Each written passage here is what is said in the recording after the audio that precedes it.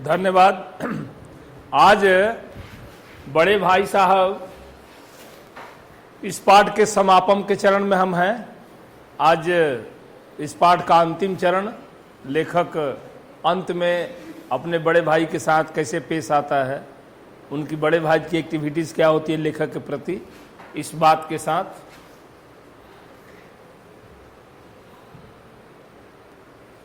अब भाई साहब कुछ नरम पड़ गए थे। कई बार मुझे डांटने का अवसर पाकर भी उन्होंने धीरज से काम लिया। शायद वो खुद समझने लगे थे कि मुझे डांटने का अधिकार उन्हें नहीं रहा, या रहा भी तो बहुत कम। मेरी स्वच्छंदता मतलब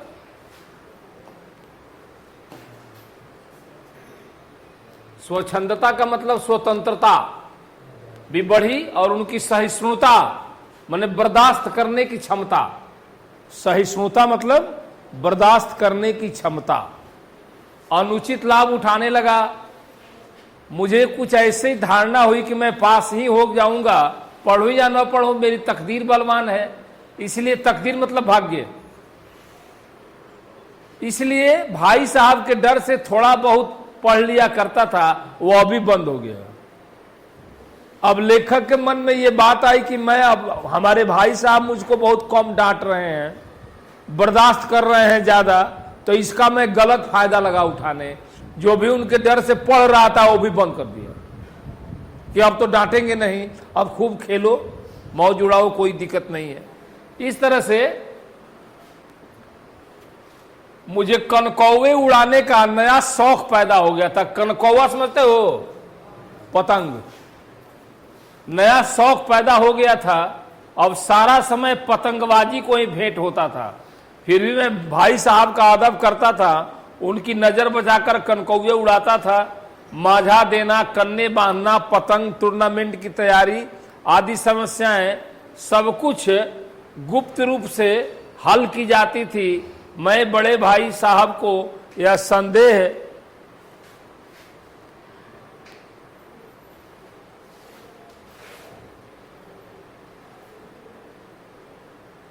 न करने देना चाहता था कि उनका सम्मान और लिहाज, लिहाज मतलब शर्म और सम्मान का मतलब,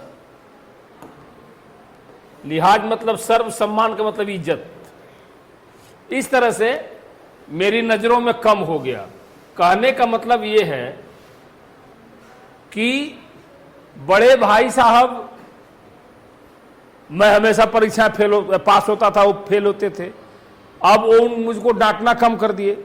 डांटना कम करने का मतलब ये हुआ कि मुझको डांटना बहुत कम कर दिए। बर्दाश्त करने लगे कि मैं बराबर इसको डांटता हूं और ये पढ़ता भी नहीं है और मुझसे ज्यादा ये परीक्षा में अच्छा नंबर से पास भी करता है। मैं बहुत पढ़ता हूं तो फेल हो जाता हूं। उनके अंदर भी ग्लानि महसूस हुई और लेखक को डांटना बंद कर दिए, जिसका ये गलत फायदा लगा उठाने। जो भी डांट के डर से कुछ पढ़ता लिखता था वो भी पढ़ना लिखना बंद कर दिया। अब इसके अंदर नया शौक आ गया पतंग उड़ाने का। दिन भर पतंगबाजी में भेंट। फिर ही बड़े भाई साहब का इज्जत करता था, उनसे डरता था, नजर बचा के काम करता था, लेकिन ज्यादा समय पतंगबाजी में देने लगा। इस तरह पतंग बांधना, टूर्नामेंट की तैयारी करना, माझा देना, कन्ने बांधना, ये सब काम अपना करने लगा। उसके बाद क्या हुआ आगे देखिए। एक दिन संध्या समय हॉस्टल से दूर मैं एक कनकौवे लूटने में बेतहाशा दौड़ा जा रहा था। आंखें आसमान की ओर थी, मन उस आकाशगामी पथिक की ओर जो मंद गति से झूमता हुआ पतंग की ओर चला आ रहा था। मानो कोई आत्मा स्वर्ग से निकलकर विरक्त यानी वैराग्य मन से नए संस्कार ग्रहण करने जा रही हो। बालकों की पूरी सेना लगे झाड़दार बांस लिए इसका स्वागत करने को दौड़ी आ रही थी। किसी को अपने आगे पीछे ही खबर न थी। सभी मानो उस पतंग के साथ ही आकाश में उड़ रहे थे। जहां सब कुछ समतल है, न मोटर कारें हैं, न ट्राम है, न गाड़ियां। सहसा भाई साहब से मेरी मुठभेड़ हो गई। शायद वो बाजार से लौट रहे थे और मैं पतंग उड़ाने के चक्कर में आकाश में ताक रहा था, उधर से वो आ रहे थे। उन्होंने वही हाथ पकड़ लिया और उग्र भाव से बोले, इस बाजारी लौंडों के साथ ढेले ढेले के कणकौवे के लिए दौड़ते, तुम्हें शर्म नहीं आती? तुम्हें इसका भी कुछ लिहाज नहीं कि अब नीची जमात में नहीं हो बल्कि 8वीं जमात में आ गए हो? मुझे केवल एक दर्जा नीचे हो। आखिर आदमी को कुछ तो अपनी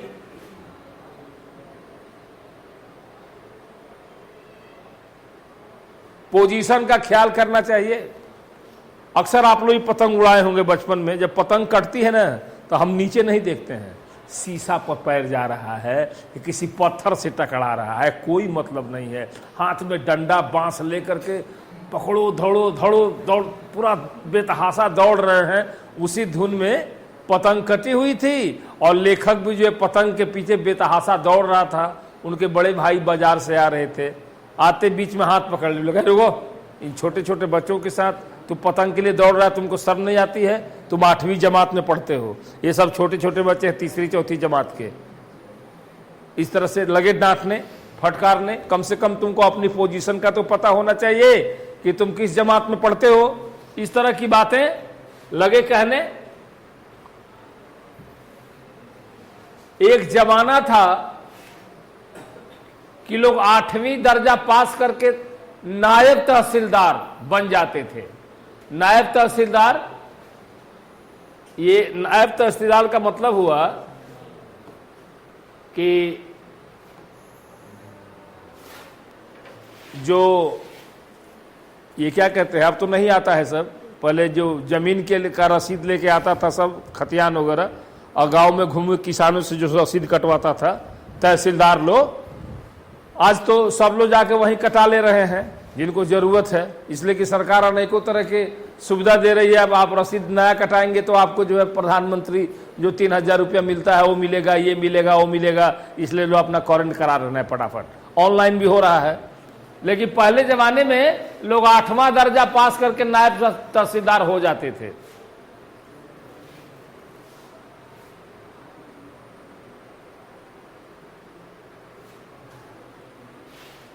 मैं कितने ही मिडिलचियों को जानता हूं जो आज अव्वल दर्जे में डिप्टी मजिस्ट्रेट या सुपरिटेंडेंट हैं। कितने ही 8वीं जमात वाले हमारे लीडर समाचार पत्रों के संपादक हैं। बड़े बड़े विद्वान उनकी मातहती में काम करते हैं। तुम उसी 8वें दर्जे में आकर बाजारी लौंडों के साथ कनकौवे के लिए दौड़ रहे हो। लौंडे और लौंडिया ये शब्द जो है किसी क्षेत्र में बोले जाते हैं, लड़का लड़की से बोलते हैं ना, उस वहां लौंडे और लौंडिया बोलता है सब। इस तरह से उनकी भाषा है। मुझे तुम्हारी इस काम पर अकली पर दुख होता है। कमकली, कमकली मतलब कम बुद्धि वाला। दुख होता है कि तुम जहीन हो। जहीन हो माने जहीन माने जाहिल, इसमें शक नहीं। लेकिन वह जेहन, जेहन मतलब हृदय, बुद्धि, दिमाग, किस काम का जो हमारे आत्मगौरव की हत्या कर दे, स्वाभिमान। तुम अपने दिल में समझते होगे कि मैं भाई साहब से महज एक दर्जा नीचे हूं और अब तुमको मुझसे कुछ कहने का हक नहीं है। अब मुझको कुछ कहने का हक नहीं है। लेकिन यह तुम्हारी गलती है। तुमसे मैं 5 साल बड़ा हूं और चाहे तुम मेरी जमात में आ जाओ और परीक्षकों का यही हाल है तो निसंदेह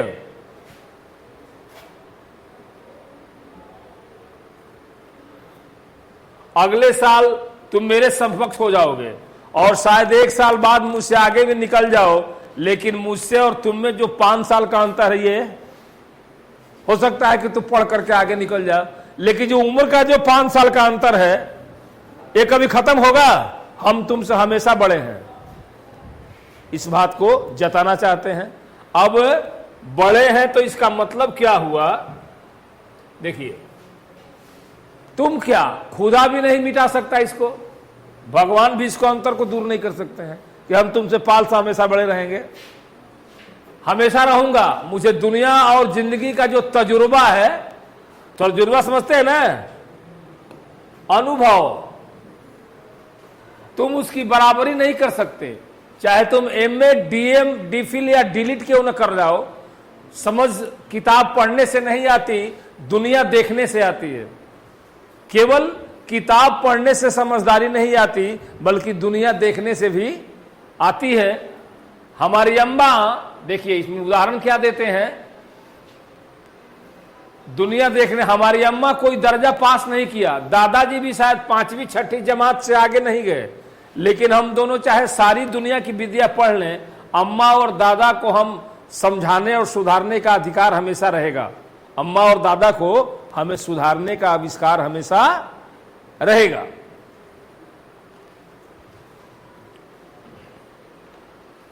क्योंकि इसलिए नहीं कि वे हमारे जन्मदाता हैं, बल्कि उन्हें दुनिया का हमसे ज्यादा तजुर्बा है। देखिए बात यहां आ गई। एक अनपढ़ व्यक्ति के पास भी कुछ ऐसे अनुभव होते हैं जो पढ़े लिखे भी उस अनुभव को नहीं जानते हैं। उसी बात को ये बोल रहे हैं। अमेरिका में किस तरह की राज व्यवस्था है, 8वें हेनरी ने कितने ब्याह किए, आकाश में कितने नक्षत्र हैं, यह बातें चाहे उन्हें मालूम न हो, लेकिन हजारों ऐसी बातें हैं जिनका ज्ञान हमसे और तुमसे ज्यादा है।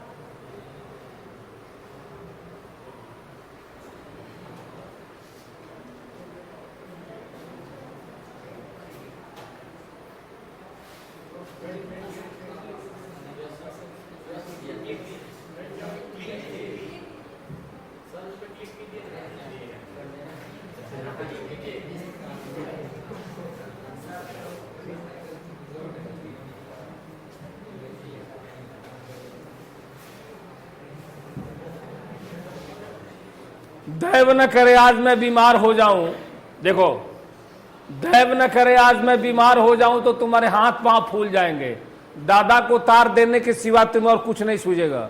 लेकिन तुम्हारी जगह अगर दादा हो तो किसी को तार न दें। देखो ध्यान दो, न घबराएं, न बदहवास हो, पहले खुद मर्ज पहचान के इलाज करेंगे, उसमें सफल न हुए तो किसी डॉक्टर को बुलाएंगे। बीमारी तो खैर बड़ी चीज है, हम तुम तो इतना भी नहीं जानते कि महीने भर का खर्च महीना भर कैसे चले। जो कुछ दादा भेजते हैं उसे हम 20-22 दिन तक खर्च कर डालते हैं और फिर पैसे पैसे को मुहताज हो जाते हैं। नाश्ता बंद हो जाता है, धनाई और धोबी के सामने मुंह चुराने लगते हैं। लेकिन आज हम तुम जितना खर्च कर रहे हैं उसके आधे में दादा ने अपनी उम्र का बड़ा भाग इज्जत और नेक नामी के साथ निभाया और कुटुंब का पालन किया। इसमें सब मिलकर 9 आदमी थे। देखिए यहां तक लेखक बता रहा है, बड़े भाई साहब बोल रहे हैं कि ठीक है हमारे दादाजी हमारे अम्मा पढ़े लिखे नहीं थे, लेकिन उन लोगों ने, जैसे उदाहरण के लिए महीने भर का दादाजी खर्च भेजते हैं, यहां पर हम 20 दिन में उसको चट कर जाते हैं। 10 दिन तक नाश्ता बंद हो जाता है पैसे के अभाव में। नाई और धोबी के सामने ज्यादा नहीं कि पैसा मांगेगा। 1 महीने का खर्च हम 20 दिन में खर्च कर डालते हैं। लेकिन आज हम तुम जितना खर्च करते हैं, उस वक्त जिस वक्त दादाजी हम लोग हॉस्टल में थे, रह रहे हैं, हमारे परिवार में 9 आदमी, 9 आदमी का खर्च दादाजी और अम्मा इससे कम पैसे में इज्जत से निमाह लेते थे। वो तजुर्बा तुम्हारे पास है, तुम फटाफट अव्वल से पास कर रहे हो, प्रथम श्रेणी आ रही है तुम्हारे ये परीक्षा में, हमेशा पास करते हो। ये अनुभव तुम्हारे पास है कि 1 महीने में कैसे क्या खर्च करेंगे तो महीना का खर्चा निकल जाएगा। ये सबके पास होता है? नहीं होता है। किस चीज पर कितना कब खर्च करना है, कब करना है कि महीना का पूरा निकल जाए, इज्जत भी, ये अपनी सब व्यवस्था भी ठीक रहे, किसी के सामने हाथ नहीं पसारना पड़े। यह अनुभव सबको नहीं होता है परिवार में। दूसरा उदाहरण देखिए, अपने हेडमास्टर को देखो, एमए है कि नहीं, यहां के एमए नहीं, ऑक्सफोर्ड यूनिवर्सिटी के 1000 रुपये पाते हैं, लेकिन उनके घर का इंतजाम कौन करता है? उनकी बुढ़ी माँ, उनकी बुढ़ी माँ करती है। हेडमास्टर साहब की डिग्री यहां बेकार हो गई। पहले खुद घर का इंतजाम करते थे, खर्च पूरा न पड़ता था तो कर्जदार बने रहते थे। जब से उनकी माताजी ने प्रबंध अपने हाथ में लिया है, जैसे घर में लक्ष्मी आ गई है, तो भाईजान यह गरूर दिल से निकाल डालो कि तुम मेरे समीप आ गए हो और अब स्वतंत्र हो, मेरे देखते तुम बेराह न चल पाओगे।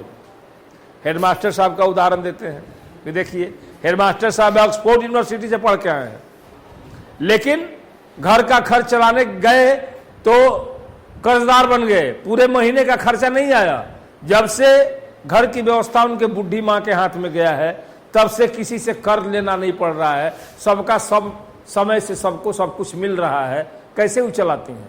पढ़े तो हैं ऑक्सफोर्ड यूनिवर्सिटी में, लेकिन घर चलाने का अनुभव नहीं है। उनकी माँ को किसी स्कूल में गई है, हो सकता है कि छोटे क्लास में 7वें या 4थे 5वें में पढ़ी होंगी।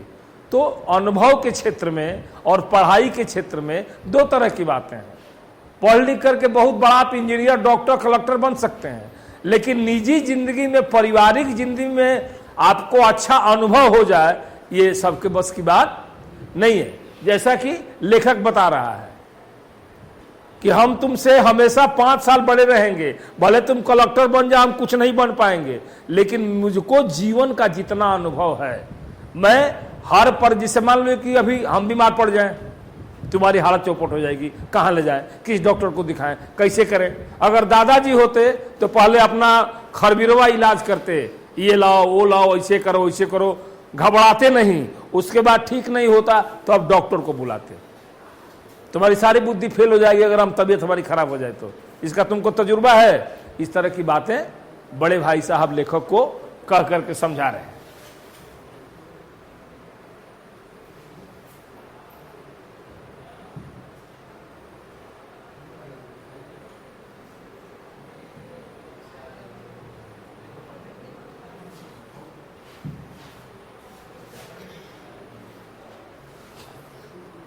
तुम यो ना मानोगे तो मैं थप्पड़ दिखाकर इसका प्रयोग भी कर सकता हूं।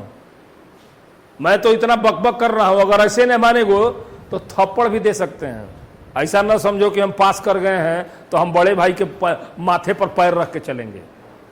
अब देखिए लास्ट में कहां पहुंच जाते हैं। थप्पड़ भी देखिए, ये कौवे के पीछे दौड़ रहा है ना। देखो उस जमाने में हॉस्टल में रहते हैं सब, धोती पहनते हैं। इसमें सबको धोती पहनने आता है? पहनते हो? सीख लेना चाहिए। हमारा भारतीय पोशाक है धोती। कम से कम शादी करने जाओगे तो पहनना ही पड़ेगा।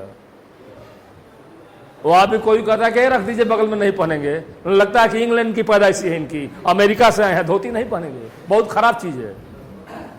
अरे ऐसे ऐसे सब पढ़े लिखे बेवकूफ लोग हैं, अपने संस्कार को ही भूलते जा रहे हैं। धोती नहीं पहनेंगे।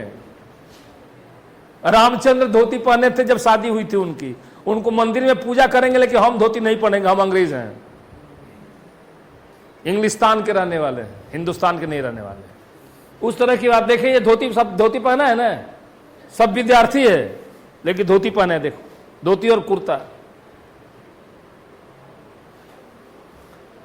मैं उनकी इस नई जुक्ति से नतमस्तक हो गया। मुझे आज सचमुच अपनी लघुता का अनुभव हुआ। यहां पर लेखक जो है, इसकी सारी सिट्टी पिट्टी गुम हो गई। अपने आप को सोचा कि सचमुच मैं अपने बड़े भाई से छोटा हूं। अनुभव के आधार पर मैं कितना भी पढ़ लिख करके बड़ा आदमी बन जाऊं जानकारी के मामले में, लेकिन अनुभव के मामले में हमेशा मैं अपने बड़े भाई से छोटा ही रहूंगा, ऐसा वो सोचता है। देखिए बात। और भाई साहब के प्रति मेरे मन में श्रद्धा उत्पन्न हुई। मैंने सजल आंखों से कहा, हरगिज नहीं, आप जो कुछ फरमा रहे हैं वह बिल्कुल सच है और आपको उनके कहने का अधिकार है। देखिए यहां पर लेखक बोलता है, देखिए इसके पहले इतने खुल के बात नहीं किया था उनसे। यहां पर अपनी आंखों में आंसू भर करके सजल आंखों से कहा, हरगिज नहीं, आप जो कुछ फरमा रहे हैं वह बिल्कुल सच है, आपको उसके कहने का अधिकार भी है। इतना बोला है आज स्पष्ट रूप से, इतना स्पष्ट आज के पहले कभी नहीं बोला था।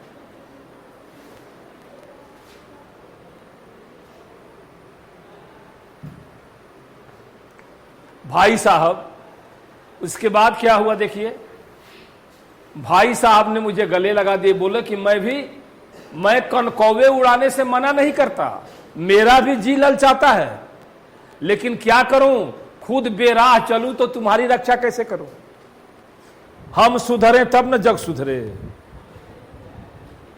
हम दिन रात झूठ बोले, तुमको बोले कि सच बोलना चाहिए, सच्चाई इंसान का धर्म है, दिन रात हम ही झूठ बोलते हो। बात कोई सुनेगा? भले डर के मारे नहीं बोलोगे, लेकिन मन में होता है कि सर अपने झूठ बोलते हैं और हमको सच बोलने की नसीहत दे रहे हैं। वही बात ये बोल रहे हैं कि हमको भी कनकौवे उड़ाने का शौक है, मैं भी चाहता हूं कनकौवा उड़ाऊं, लेकिन अगर मैं इस काम को करने लगूं तो लेकिन क्या करूं, खुद बेराह चलूं तो तुम्हारी रक्षा कैसे करूं। यह कर्तव्य मेरे सिर पर है कि बड़ा भाई अगर ही गलत काम करे तो उसको अधिकार है अपने छोटे भाई को डांटने का। अगर बाप दारू पीता है और उसका बेटा भी पीते हुए आ जाए तो नैतिकता के आधार पर बाप का फर्ज है उसको मना करना, इसलिए खुद दारू पीता है। तो हम सुधरे, उसके बाद जग सुधरे। पहले अपने आप को सुधारिए, तब दूसरे को सुधारने का नसीहत दीजिए। अक्सर उल्टा होता है, लोग केवल बोलते हैं, अपने करते नहीं हैं। संजोग से उसी वक्त एक कटा हुआ कनकौआ मेरे ऊपर से गुजरा, उसकी डोर लटक रही थी, लड़कों का एक गोल पीछे पीछे दौड़ा चला आता था। भाई साहब लंबे थे ही, उछल कर डोर पकड़ ली, बेतहासा हॉस्टल की ओर दौड़े, मैं भी पीछे पीछे दौड़ रहा था। वहां पर दिखा दिए भाई साहब कि मेरे मन में भी तुम्हारी तरह खेलने कूदने की बात आती थी, मैं भी चाहता था कि जाकर के खेलूं, लेकिन अब है कि मैं उम्र में बड़ा हूं, हम दोनों हॉस्टल में रह रहे हैं, हम ही अगर बेराह चलेंगे तो तुमको रास्ते पर लाने के लिए हम उपदेश कैसे देंगे। इस तरह से इस पाठ का क्या होता है, समापन हो जाता है। अब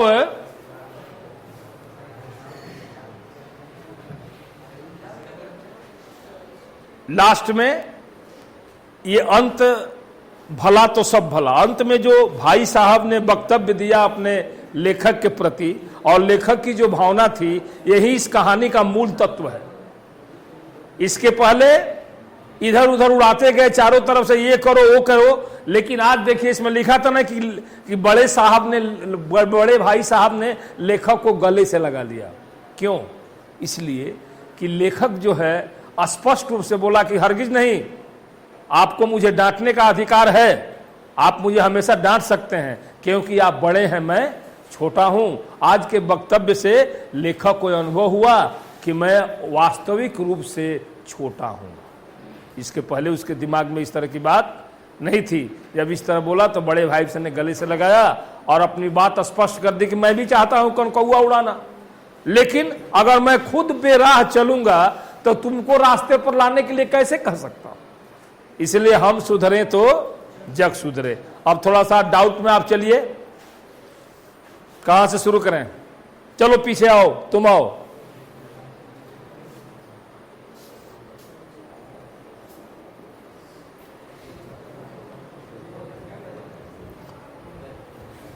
और इधर आइए। लेखक जो था, बड़े भाई साहब फेल होते थे, पास हो जाता था। उसके बाद उसके मन से ये डर निकल गया कि ये बड़े भाई साहब मुझको डांट सकते हैं। उसके बाद कौन सा नया शौक पैदा हो गया लेखक को? कनकौए उड़ाने का नया शौक पैदा हो गया।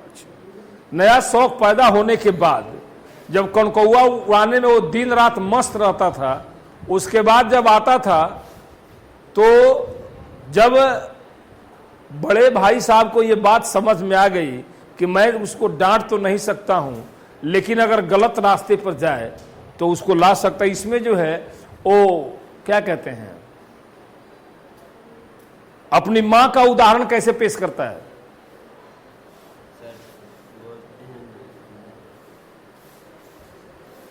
बात में उलझ गया नहीं। पढ़े लिखे लोग ही सारा काम कर सकते हैं, अनपढ़ लोग कुछ नहीं कर सकते हैं। इस सिलसिले में बड़े भाई का लेखक के सामने क्या तर्क था, ये बताओ अपनी मां के संबंध में।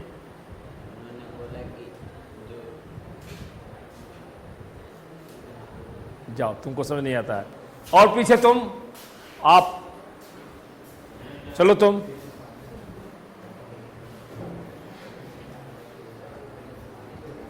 बताइए। अपनी मां का तर्क दे करके बड़ा भाई लेखक के सामने क्या सिद्ध करना चाह रहा है?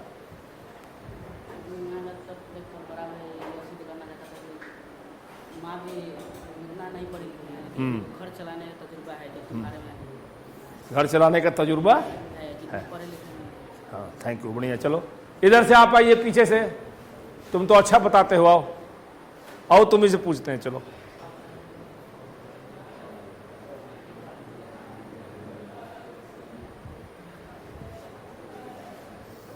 अपने दादाजी के संबंध में क्या तर्क प्रस्तुत करता है लेखक का बड़ा भाई लेखक के सामने? लेखक बड़ा भाई लेखक के सामने अपने दादाजी के बारे में निम्नलिखित तर्क प्रस्तुत करता है, वो यह प्रस्तुत करता है और उसे बताता है कि आज जितने खर्चे में हम लोग का 20 दिन का खर्चा चलता है महीने के खर्चे में, उतने में दादाजी अपने परिवार का भी खर्चा चला लेते थे और अपना भी खर्चा चला लेते थे। अच्छा, एक MCQ बताइए, उस वक्त उनके परिवार में कितने लोग थे? 9 लोग थे। 9 सदस्य। Thank you. चलिए आओ।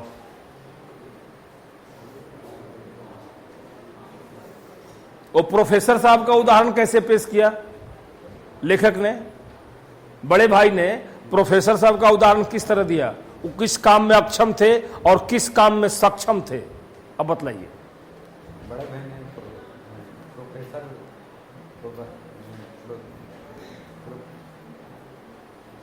बड़े भाई ने लेखक को बताया कि प्रोफेसर ऑक्सफोर्ड यूनिवर्सिटी में पढ़ाते हैं और वे खुद घर के खर्चे को नहीं चला पाते हैं और हमेशा कर्जदार रहते हैं। जब से उनकी माँ, बूढ़ी माँ घर के खर्चे चला रहे हैं, तब से उनके घर सब ठीक है और हम कर्जा नहीं लेना पड़ता। अच्छा, इस कथा को कहने के बाद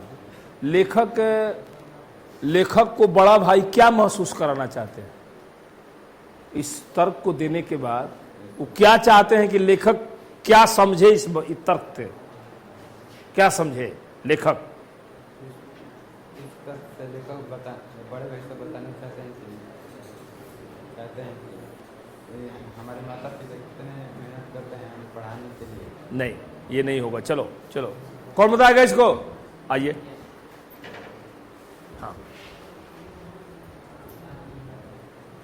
इस तरह से लेखक यह बताना चाहते हैं कि अनुभवी ज्ञान कभी भी किताबी ज्ञान से ऊपर होता है। थैंक यू, बहुत बढ़िया, यही हुआ। देखिए, छोटे में अच्छा स्टैंडर्ड क्लास के मुताबिक अनुभव का ज्ञान किताबी ज्ञान से हमेशा प्रभावशाली होता है। इस बात से, इस तर्क से बड़े भाई ये सिद्ध करना चाहते हैं कि अनुभव का ज्ञान हमेशा किताबी ज्ञान से ज्यादा प्रभावी होता है।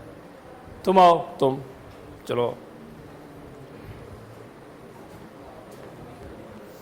अंत में लेखक ने क्या कहा जिसके चलते बड़े भाई ने उसको गले से लगा लिया? आप जो भी बोल रहे हो समझिए कि मैं मानता हूँ कि मैं आपसे छोटा हूँ और मैं हमेशा आपसे छोटा ही हूँ। ये बात सुनकर बड़ी बहन। थैंक यू, अच्छा बोले। चलो तुम पीछे, वो हरे वाले में से कोई आओ, एक ठो। चलो,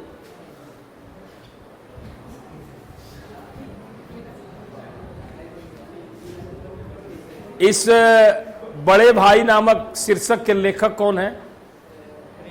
प्रेमचंद जी लेखक हैं। प्रेमचंद को सबसे बचपन में सबसे ज्यादा किस खेल से प्रेम था? प्रेमचंद को यानी लेखक को किस खेल से प्रेम था बचपन में? गुल्ली डंडा। ये लेखक से कितने साल बड़े थे उनके बड़े भाई? 5 वर्ष बड़े थे। अच्छा, क्या लेखक के दर्जे के बराबर आए हैं वो? नहीं, अभी 1 साल, एक दर्जा छोटे हैं। चलो ठीक है, थैंक यू। चलिए चलो, उधर कोने में तुम आओ, उसके आगे आओ तुम। हाँ आइए।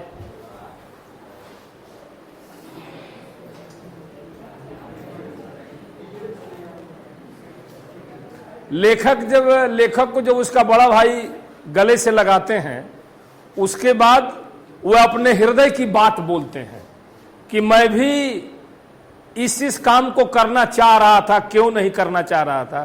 तो क्या करना चाहते थे और क्यों नहीं करना चाहते, इस बात को आप बताइए। लेखक को हृदय लगाते समय जब उनके भाई साहब ने बताया कि जिस तरह तुम खेलना कूद और पतंगबाजी करते हो उसका शौक हमें भी है, लेकिन अगर हम ये सब काम करेंगे तो तुमको संभालने वाला कोई नहीं होगा और तुम मेरे रास्ते पे ही चलते जाओगे।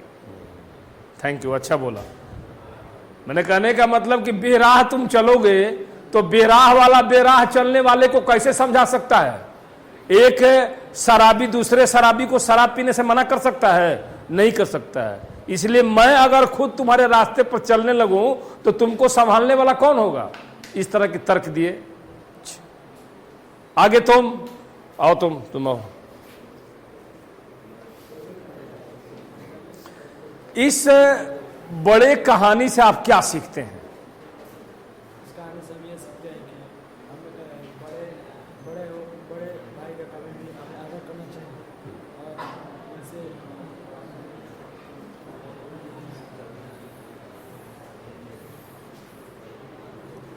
चलो ठीक है, आप आओ। एक क्वेश्चन आया है तुमसे, हम पूछेंगे।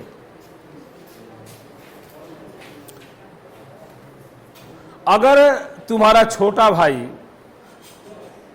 तुम्हारे साथ इत्तेफाक से हॉस्टल में रह रहा हो, वो तुमसे पढ़ने लिखने में तेज हो, तो तुम उसको किस तरह की बातें समझा सकते हो, कैसे उसको रख सकते हो, उसके प्रति तुम्हारा क्या कर्तव्य होना चाहिए इस कहानी के आधार पर? कहानी के आधार पर अपने छोटे भाई को ज़्यादा से ज़्यादा खेलने कूदने से रोक सकते हैं और उसको अनुशासन में रख सकते हैं।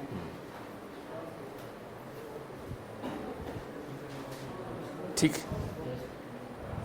आप एक क्वेश्चन है, थैंक यू, एक क्वेश्चन है, आप जरा सोचिए इस बात को। बड़ा भाई का लेखक के ऊपर दबाव बनाना किस हद तक सार्थक है, इसका उत्तर कौन देगा?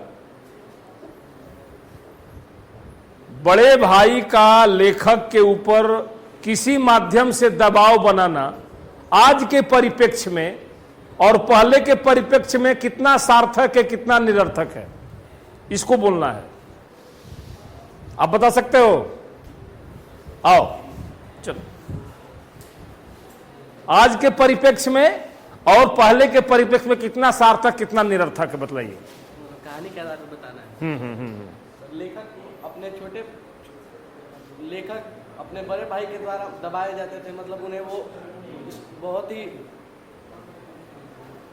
उनको अनुशासन में रखना चाहते थे, क्योंकि वो उनको अनुशासन में रखेंगे तभी वो आगे चल के अपनी ज़िंदगी में कुछ कर सकते थे, उनके छोटे भाई। और जैसा कि हमने कहानी के आधार पे देखा कि लेखक बहुत ही चंचल स्वभाव के थे, तो अगर लेखक उन पर दबाव बना के न रखते तो वो अपना रास्ता भटक जाते और वो गलत रास्ते पे चले जाते। और वो खराब इसलिए है क्योंकि हमें हद से ज़्यादा भी किसी पे दबाव नहीं देना चाहिए, क्योंकि अगर हम हद से ज़्यादा दबाव देंगे तो उसके अंदर जो छुपी अच्छाइयाँ हैं वो उसके अंदर ही छुप के रह जाएंगे, वो बाहर नहीं आ पाएंगे। थैंक यू, बहुत बड़ा। कहने का मतलब ये है कि आज के युग में जितना लेखक अपने ये बड़े भाई साहब लेखक को डांट रहे हैं, संभव है कि आज के युग में छोटा भाई उतना कदर नहीं करे जिस तरह से उस जमाने में लेखक ने अपने बड़े भाई का किया। इसलिए हर चीज की सीमा होती है, हम किसी को उतना ही हद तक दबाएं जितना संभव हो, नहीं तो खुशी जो है दुख में बदल सकती है। हर चीज की सीमा होती है, सीमा के अंदर है। आज के परिप्रेक्ष्य में कहा जाता है कि अगर लड़का, पिताजी का अगर जूता लड़का के पैर में आने लगे तो लड़का लड़का नहीं रह जाता है, मित्र बन जाता है। इसका मतलब कि आप जिस स्तर में गए हैं, इस स्तर में आपके पिताजी आपके मित्र के रूप में भूमिका निभाएंगे तो ज्यादा बेहतर होगा। बेटा और बाप का जो रिश्ता है यहां गौड़ हो जाता है। इसलिए कि अब समझाने की बात है, ओनली सजेस्ट नॉट प्रेस, केवल सलाह देने की बात है, अब दबाने की बात नहीं। तो जिस समय ये कहानी लिखी गई थी उस समय, सुनो जी, उस समय के माहौल में ये बातें अच्छी है। उस समय के माहौल में जिस वक्त लोग धोती कुर्ता पहन करके स्कूल में जाते थे, लेकिन आज के परिप्रेक्ष्य में जिस तरह से बड़े भाई लेखक को डांटते हैं, धमकाते हैं, उल्टा सीधा बोलते हैं, आज के युग में कोई छोटा भाई बड़े भाई की ऐसे नुक्ताचीनी को बर्दाश्त नहीं करेगा, आज तुरंत जवाब दे देगा। इसलिए आज संभल संभल के, फूंक फूंक के पैर रखना है। इस तरह से मैंने इस पाठ को खत्म किया। धन्यवाद। कल मैं इसके क्वेश्चन आंसर को क्लियर करूंगा। आप इस पाठ को आद्योपांत ढंग से पढ़ के आएंगे। कल मैं इसके क्वेश्चन आंसर को कंप्लीट करूंगा, उसके बाद आगे जैसी स्थिति।